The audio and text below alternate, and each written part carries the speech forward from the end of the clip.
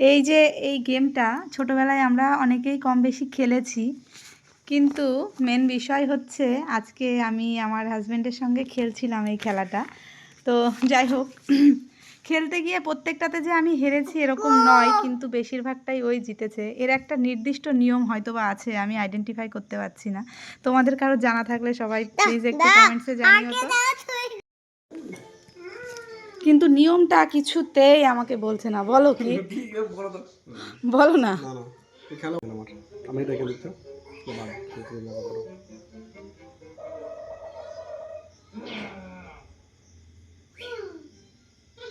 প্রথমে বলবো আমার তাহলে হয়ে গেল তো।